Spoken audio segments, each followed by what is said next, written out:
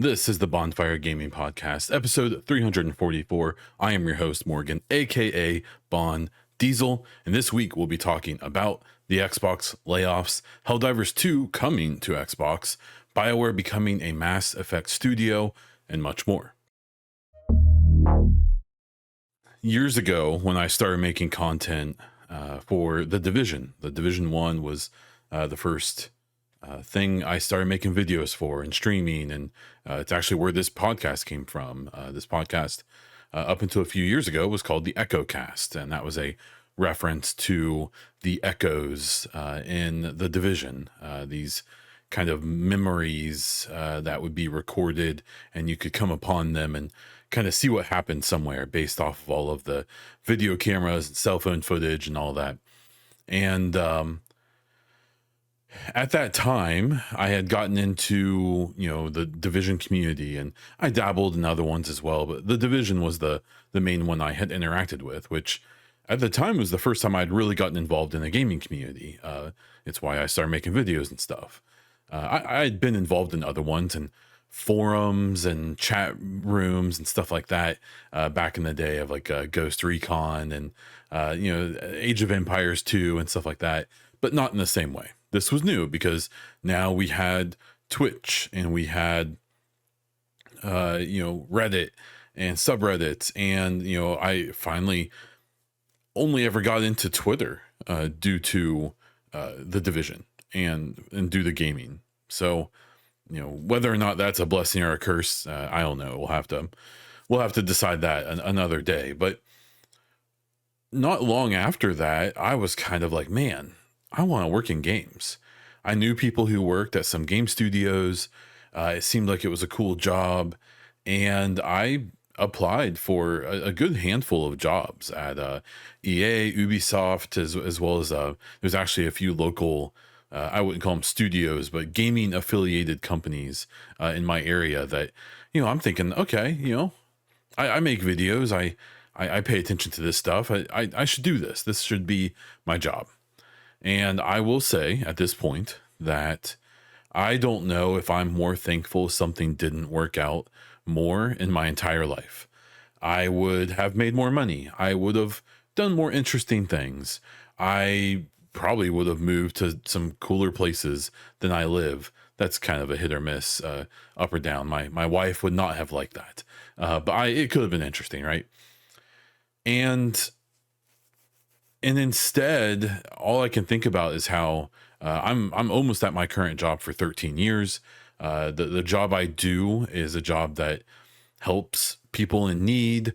I'm really good at it. I've done it for a long time. I know everything about what we do, and I contribute to society. Right? The job also helped me get my student loans forgiven and all kinds of things like that. And I'm really happy. And, my job has given me the life I have, which is great. And I just am not sure if I would feel the same had I gone into gaming. Specifically, I had gone. I don't know how to code or make models or do animations or anything like that. I applied for mostly community jobs, community directors or community managers and things like that. There was actually also a job for EA, I think, that was some kind of like research job, which I have experience in doing clinical research as well. But it didn't work out. And man, with all these layoffs and just the way the industry is, I couldn't be more thankful. Oddly enough, the first job I tried to go after college back in 2010, as hard as it is to admit that, was I actually tried to be a cop as well, and talk about and I got really close a few times. My area is extremely competitive for those jobs because they pay very well, and most of the departments where I live actually require like a degree. Like it's not the same everywhere, but here it's actually pretty good. You have to have some pretty substantial credentials to become a cop here. It's a very competitive market. And I wanted to do that, and instead I became a social worker, and at the end of the day, they kind of do the same job. I just deal with much less tense situations and everything else surrounding that job. It's another example of how I'm glad something didn't work out. So that is kind of where I go into this week. thinking about how thankful I am to have my situation that I have, being very simple and very nice, and having a lot of feelings for the people who are in this industry that I dreamed to be in at one point, and how that dream is probably pretty great sometimes, but obviously has had some downsides.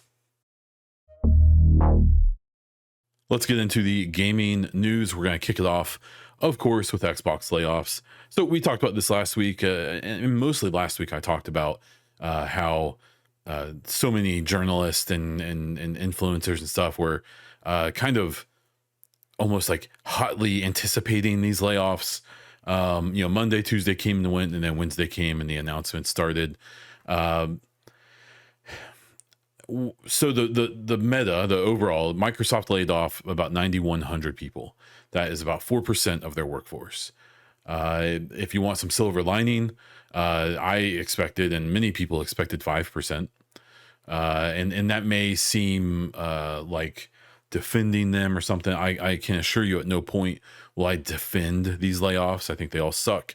But I do think it's important to talk about them and to talk about why they happened, and what it means for the future and stuff like that. So that's what we're going to do. So that 4%, hey, that 1% difference is like, 2 or 3,000 jobs. So I think it's okay to be thankful that 2 or 3,000 people and 2 or 3,000 families are not trying to figure out their futures right now. But you still need to empathize and consider the 9,000 plus people who do have to do those things. And that sucks. The kind of big hitting pieces of news around it were that the initiative, the at one time like super studio, quadruple A studio, that was supposed to be this big deal for Xbox that was going to make Perfect Dark. The initiative has been shut down. It is gone. If you didn't pay attention to what kind of happened with them, that ended up becoming almost like this little tiny studio for like they basically just took a bunch of people who were known in the industry, who had lots of experience, and it seems like they just tried to throw them into a studio together, hoping that like gold would come out. And instead, a lot of the rumors and a lot of the conversation over the years was that a bunch of indecision and and paralyzation came out.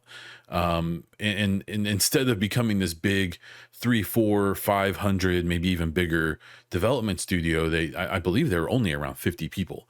I don't want to say only, like, oh, they only laid off 50 people from the studio. It's awful. It sucks. But this, when you see the headline of the initiative shut down, we aren't talking about 4, 5, 600 people who got laid off. It was probably around 50. They brought in Crystal Dynamics to be a co-dev, and in this situation, Crystal Dynamics was going to be the principal developer of this game, with direction from the initiative. So in hindsight, that whole setup was probably not a great sign even years ago. This game's been in development in some capacity for over 7 years at this point. And I think at the end of the day, you can look at this and realize that this studio, this project, the whole architecture of this situation is just from a bygone era. That this was a very late 2000s, early 2010s idea of making this super studio and bringing back this IP and blah, blah, blah. And in 2025, you're 5, 6, 7 years in. From the reports we've seen is that demo they showed a year or two ago was a borderline non-representative vertical slice of the game, that the actual game they were working on wasn't anywhere near that polish or that amount of finish, and it just it was going to take too long and cost too much, and that's when these things happen. So it sucks. I feel bad for the people who lost those jobs. I can't pretend like this was all that surprising. We run into a very similar situation with Perfect Dark. Obviously, Perfect Dark is canceled now for all the same reasons I just said, as well as Everwild has been canceled. Everwild is this game that got showcased 4 or 5 years ago now. It was from Rare. After Sea of Thieves, everyone was excited to see what their next big project was. It was supposed to be this. And then all we heard about after that is that they basically didn't know what kind of game to make it, and it was kind of going nowhere, and it got rebooted or temporarily shuttered or whatever. And then a year or so ago, it started popping back up, and even fairly recently, Phil Spencer said he went and saw what they were working on and was really excited by it. And it just, I assume, a studio head had to report to someone above them, and they said, "Hey, where's that game at? And how far away is it? And what are we thinking for audience and things like that?" And unfortunately, it just seems like, again, kind of like Perfect Dark, it was around for 4 or 5 plus years. It probably wasn't anywhere near coming out, and they just feel like those resources would probably be better used elsewhere. And whether it's the money or the devs or whatever, and they shuttered it. There was also a ZeniMax Online Studio MMO that was in development that has also been shuttered. That was technically unannounced. We don't really have any details on it. We just know it's not going to happen anymore. Beyond that, and to be fair, we don't know. So out of the 9,100 layoffs, that was all of Microsoft. I've seen a few people say that was only Xbox, and that's not true. I would presume a third to a fourth of those were from the games division. So I believe their gaming division has 20 to 25,000 devs in it. Losing a couple thousand, it's a big deal. It's a big chunk. It's also not like they shut down half the company, right? So when we start talking about some of the reaction to this, keep that in mind. There did seem to be pretty significant layoffs for specific teams and regions and things like that. Turn 10, Forza's developer, their team was cut in half. That's surprising because Forza's has been so consistent, and almost every mainline Forza game has scored extremely well. And they are doing ongoing work on the Forza Motorsport, their last title, which was extremely good. I loved it. I thought it was a great game. But they are very much into long-term live service support of that game, and I suspect it seems like Forza Motorsport isn't supposed to just be the next Forza game. It kind of felt like it was meant to be the Forza game for quite a while. Instead of calling it Forza 8 or whatever would have been next, they called it Forza Motorsport. And my assumption is they probably aren't scaling up for a whole new game. They're just supporting this one, likely until next gen, maybe even beyond. And I would imagine that's why that team got cut in half, which sucks. And then outside of that, it kind of seems like most of the layoffs that I've seen were from like marketing teams and the publishing team.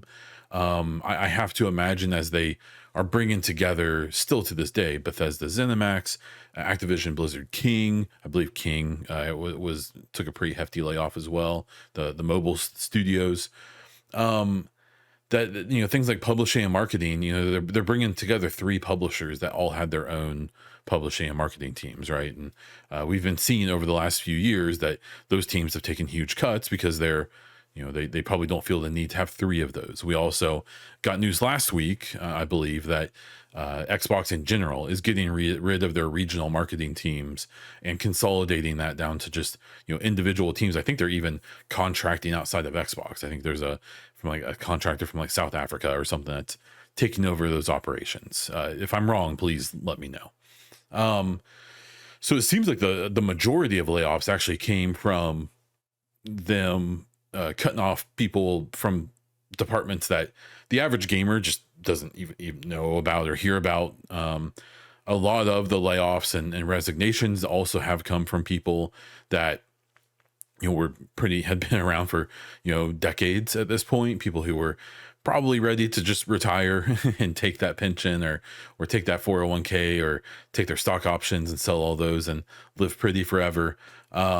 One of the interesting bits of news that came out today, I'm recording this on the 3rd of July, was that John Romero's studio, John Romero being the creator or one of the creators of Doom, pretty legendary dude, that his studio had a first-person shooter game that was being funded by Xbox. That funding has been pulled, and that studio is shutting down. This was one of the ones that was kind of interesting, the way it was being talked about, because people are like, "Oh, I can't believe Xbox would cut off a John Romero game. He's so legendary." This studio, just from trying to research it a bit, it's kind of interesting that they've released two games called Sigil and Sigil 2. Sigil 2 being a game that, from what I can tell, is essentially an expansion to the 1993 Doom game, which you actually have to have Doom, that game, to even play Sigil 2. I'm not sure if Sigil 1 was in the same situation or not. I just to throw it out there, this wasn't some like big AAA studio where he was trying to make some big giant AAA experience, and what was trying to kind of, do something. It's very likely this project they were working on was some like indie game, basically. Obviously, it gets headlines because of who he was. I would imagine this is more likely just that studio was an outlet for him to just keep being creative without being in the under the auspices of some big studio or publisher, and it just didn't work out. But it still does suck. I feel bad for what the devs they had there, and him for whatever this project was, and yeah. So on the, I guess, brighter side of things, 40 plus projects are still in production. They were pretty clear about that. There were some rumors that bounced around about Phil Spencer potentially retiring after the next console release, which could be as soon as next year, handing over the reins to Sarah Bond. Microsoft came out and claimed that he's not retiring for anytime soon. We'll see. I feel like from so many of the interviews and stuff, Phil does he has to be tired at this point. I'm not going to feel bad for a guy making like $100 million a year, but still, he does try to be personable as much as someone in his position can, I guess. And at least they claim that's not true. I think the writing's on the wall, though. It seems like they've been, kind of grooming Sarah Bond for a long time to take over that position. And I suspect that's happening sooner than later, even if they deny it.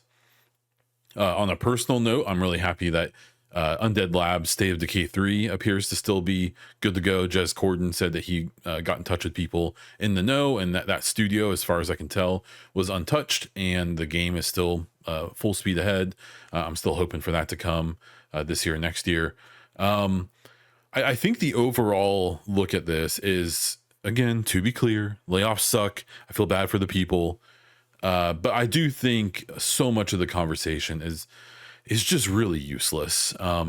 You expect it from the regular gamers, right? Like all my For You tabs on social media have been a nightmare of randoms saying that, oh, Xbox can't recover from this. Oh, Xbox is going down the drain. Xbox is done, blah, blah, blah, blah, blah. Not realizing that they're talking about, probably the second most profitable studio, profit margin wise, behind Nintendo, or publisher behind Nintendo, the biggest publisher in the world in general, by studio and by gross income.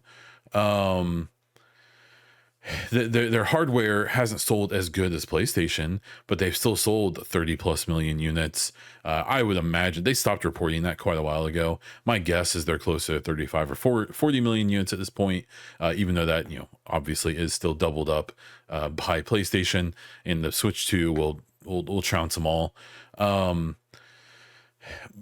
But they're making tons of money. Even in so Matt Booty, I think, and Phil Spencer put out letters, which they really probably shouldn't have, because I get what they were doing. They're basically saying Xbox is stronger than it's ever been.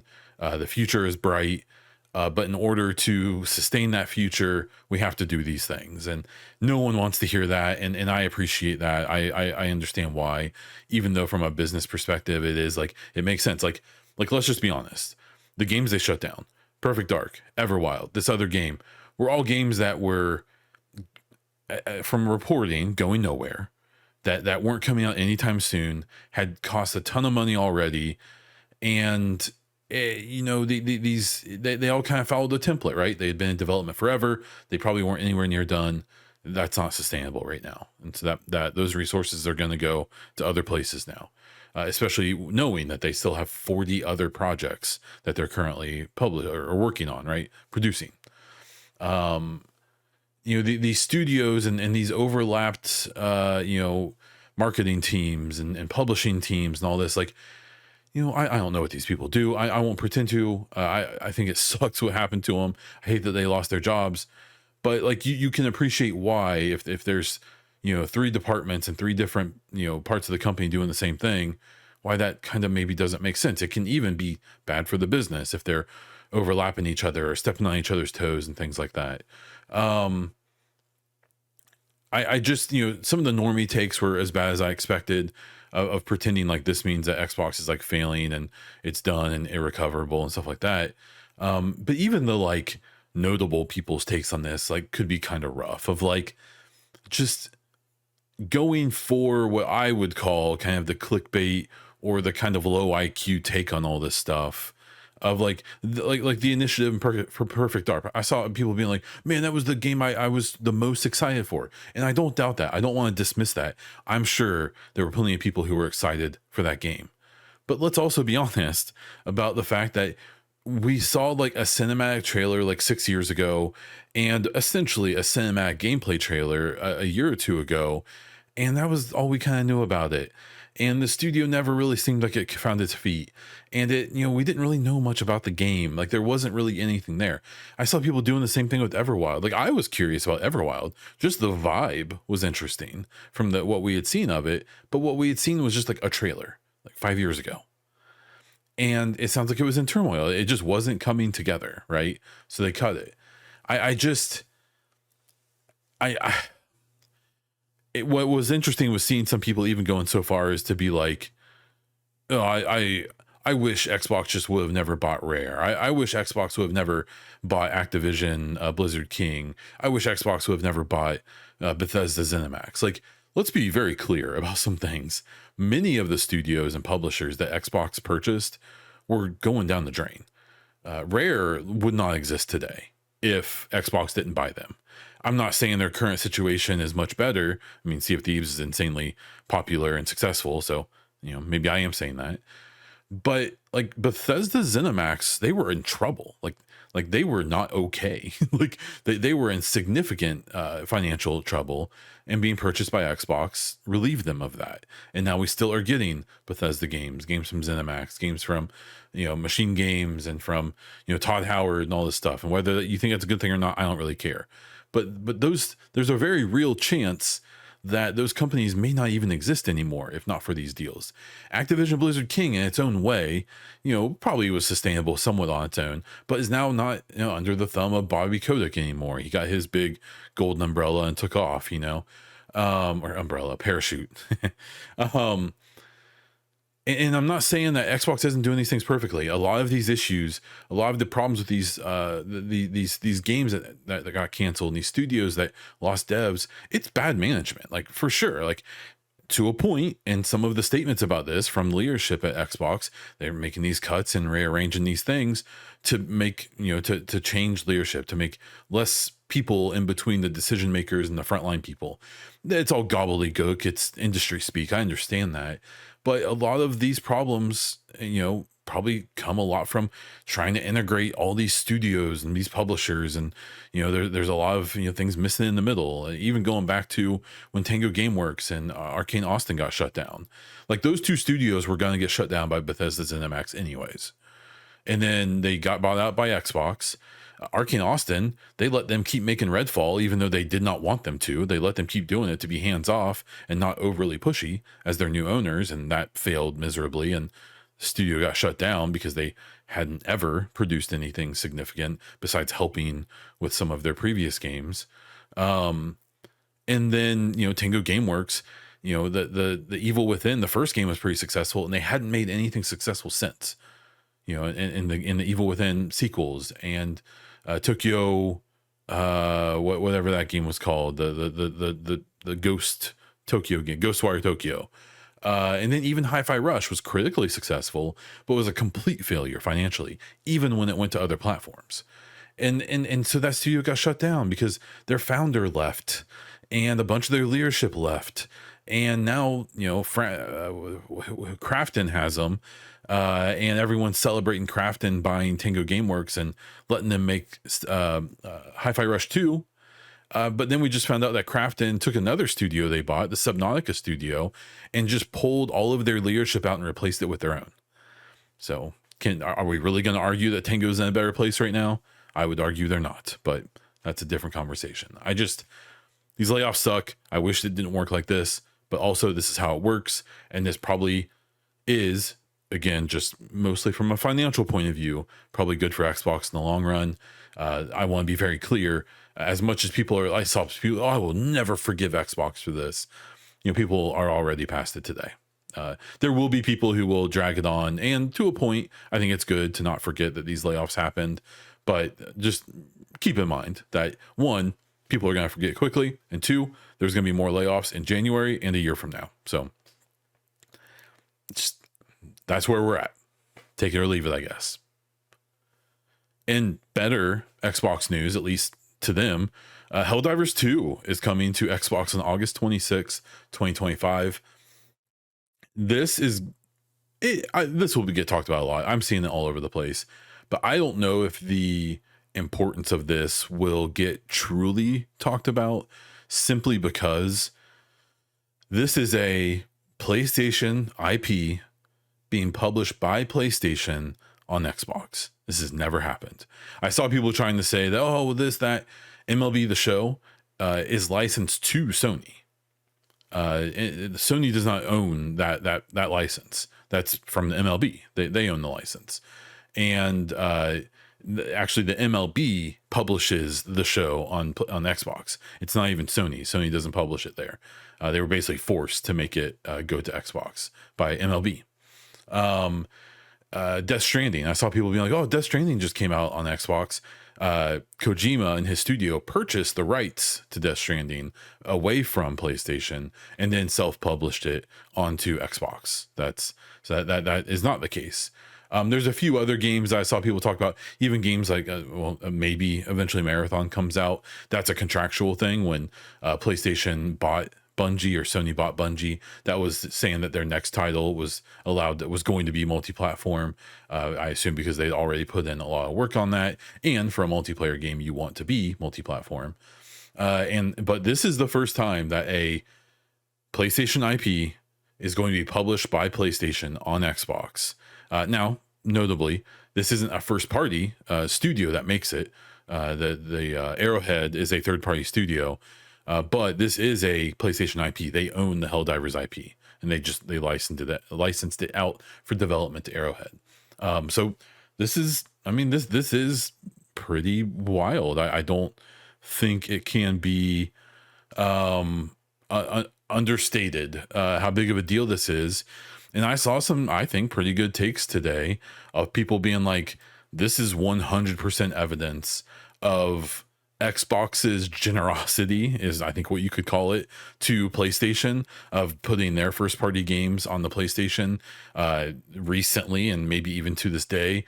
Of the top 5 selling games on PlayStation for multiple months this year, there were 3 or if not more Xbox published games, because it's not getting talked about much, but PlayStation isn't releasing hardly any first party games.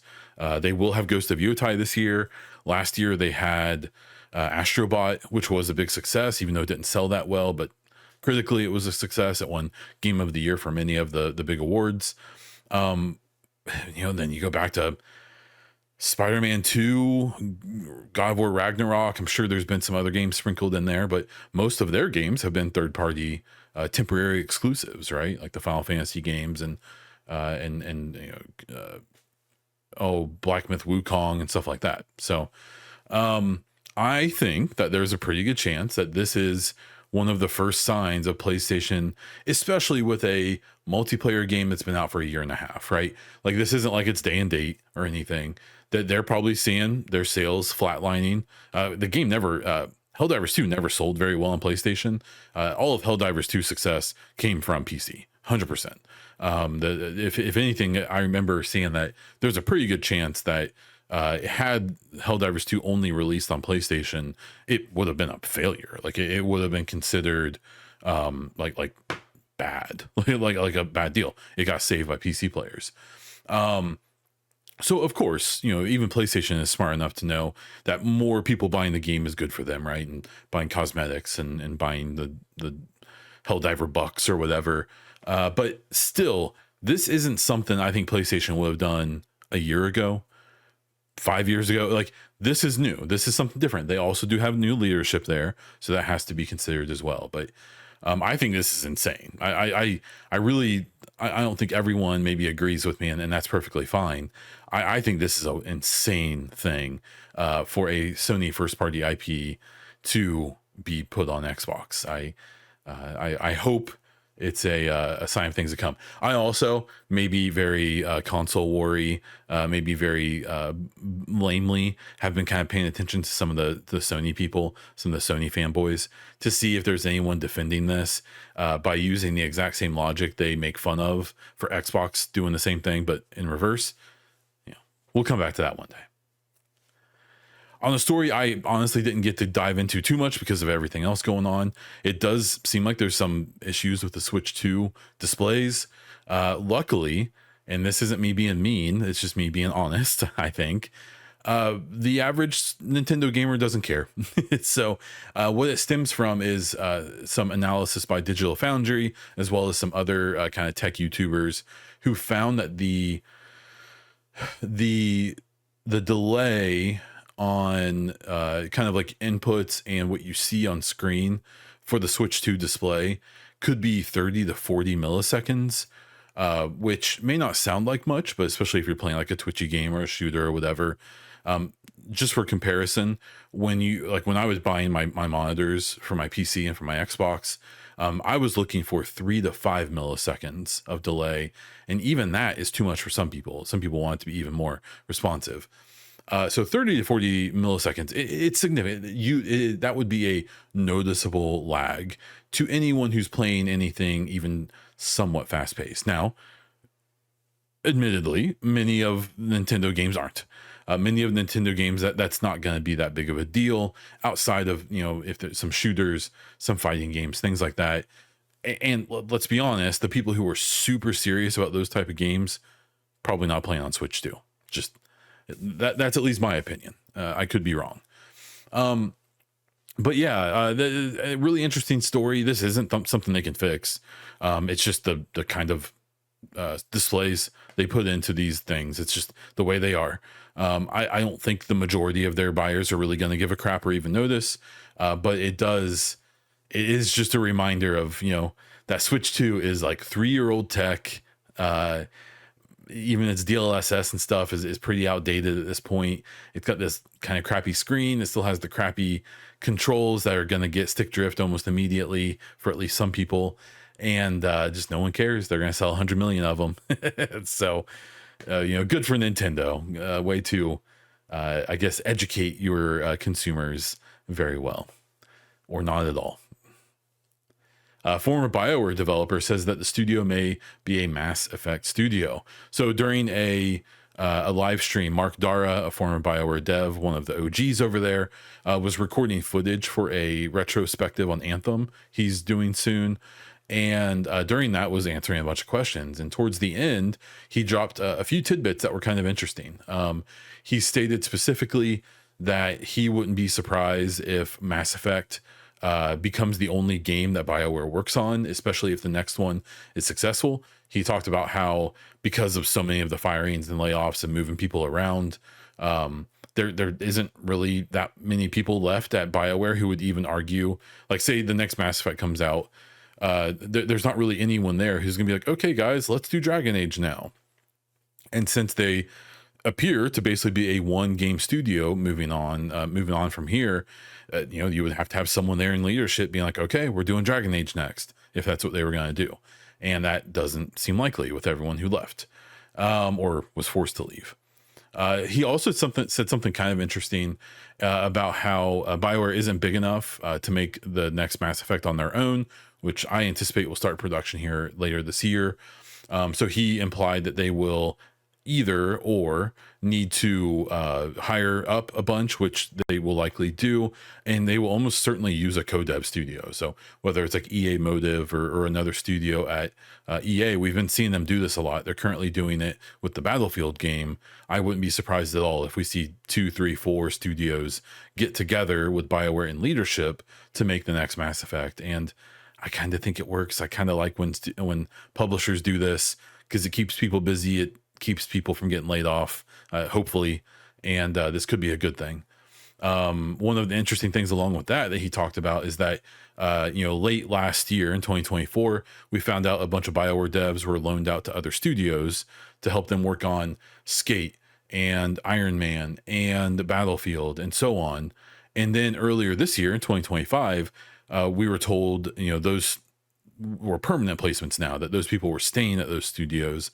Well, Dara implied in his video here, or in his stream, that that isn't completely true, that at least some of the people who were loaned out are still technically BioWare employees and will be brought back to the studio once they begin production on Mass Effect. So, take that for what it is.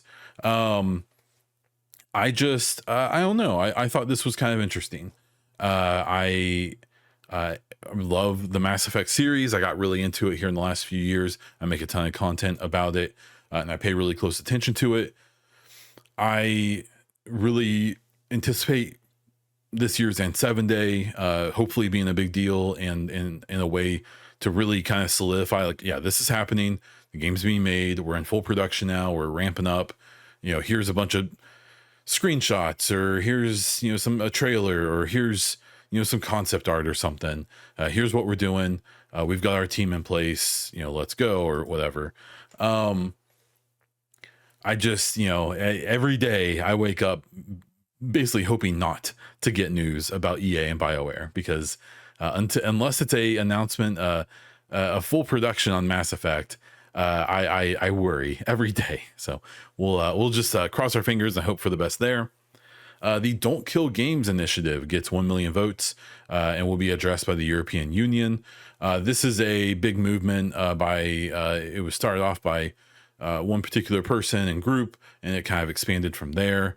They essentially want to force publishers in the future to ensure that when games come out, they have either like an expiration date of, like, they have to state very clearly, 4 years from now, we're going to shut down the servers for this game. So, so people, know what they're getting into, or to make it possible for games to continue working even after the servers for them get shut down. And if you don't know what I'm talking about, many of us are used to the olden days where you bought a game, it was on the disc, or even you could download it on newer systems. And no matter what, whether your system was without internet, whether, you could just play the game, there's no problem. Well, what people don't realize much nowadays is that a lot of modern games use servers either for piracy reasons, or like a game like The Division. Everyone knows the Division 1 and 2. Like, yeah, you can go to the dark zone and do PvP, or you can, request help to do co-op with other people and stuff like that. What some people may not know is that game like The Division is streaming assets like the world in via a server, is streaming all of the AI behavior, all the NPCs that you're fighting and stuff. All of them are controlled by streaming in data from a server. That's not being done locally on your PC or on your console. That's all being controlled offsite. So a game like The Division isn't just dependent on one server for multiplayer. A game like The Division, or the series like The Division, probably has 4 or 5 different server dependencies. And so one day when The Division has few enough players and Ubisoft decides to shut The Division down, you won't be able to play it. You can't just play it offline. You have to be connected to multiple servers for the base usefulness of that game to even exist. And I don't think people always realize that.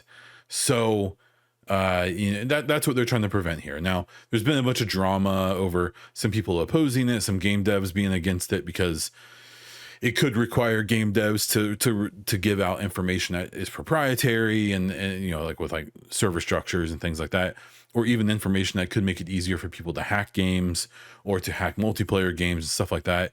I really hate the way this has worked out, because basically the two sides of this hate each other. Instead of both sides being like, oh, you have a good point, I wonder how we can meet in the middle, right? And at the end of the day, all this Don't Kill Games movement really is just a movement to get attention on this issue. Maybe nothing happens, maybe nothing changes, but I think there is some credibility to the idea of wanting game devs to be responsible for making sure that their games that people buy with their money are accessible in some capacity, even after they stop officially supporting them.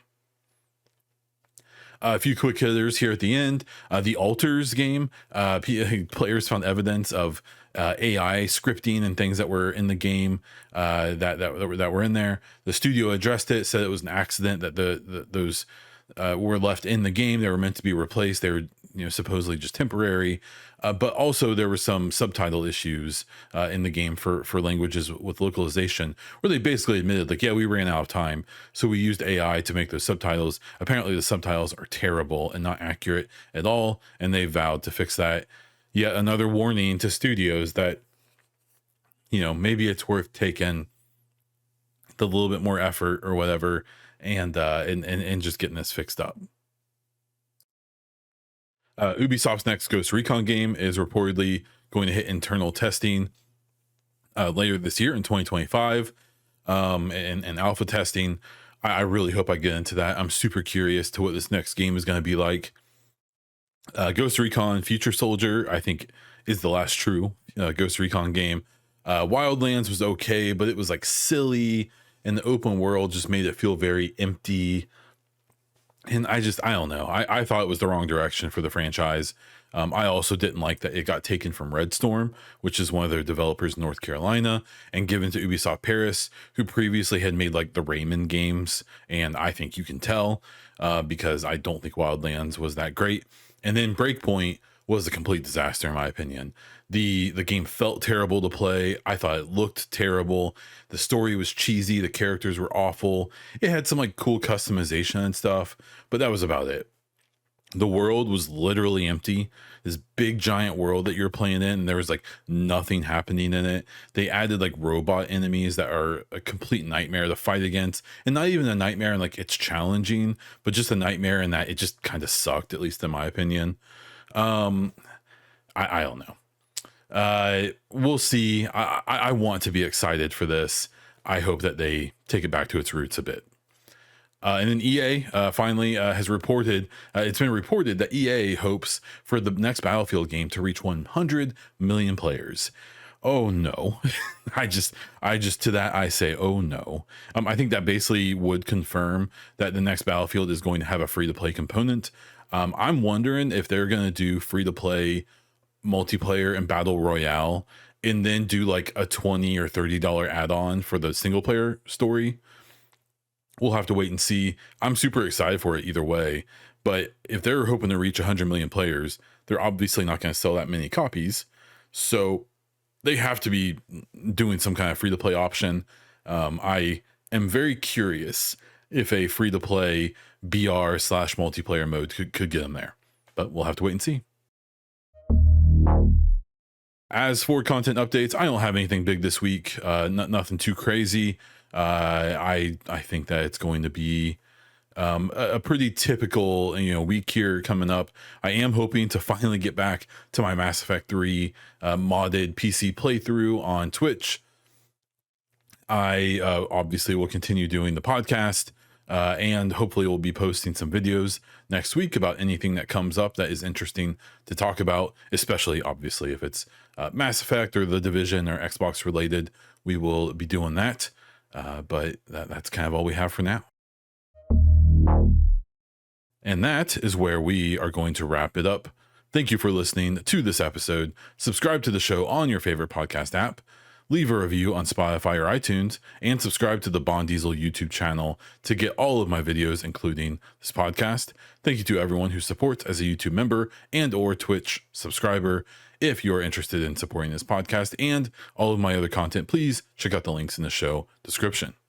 If you have any questions or feedback, hit me up on social media at Bond Diesel or at the Baunfire. Let me know in my Discord or leave a comment on Spotify or YouTube. That is all I have for this episode of the Baunfire Gaming Podcast. So until next time.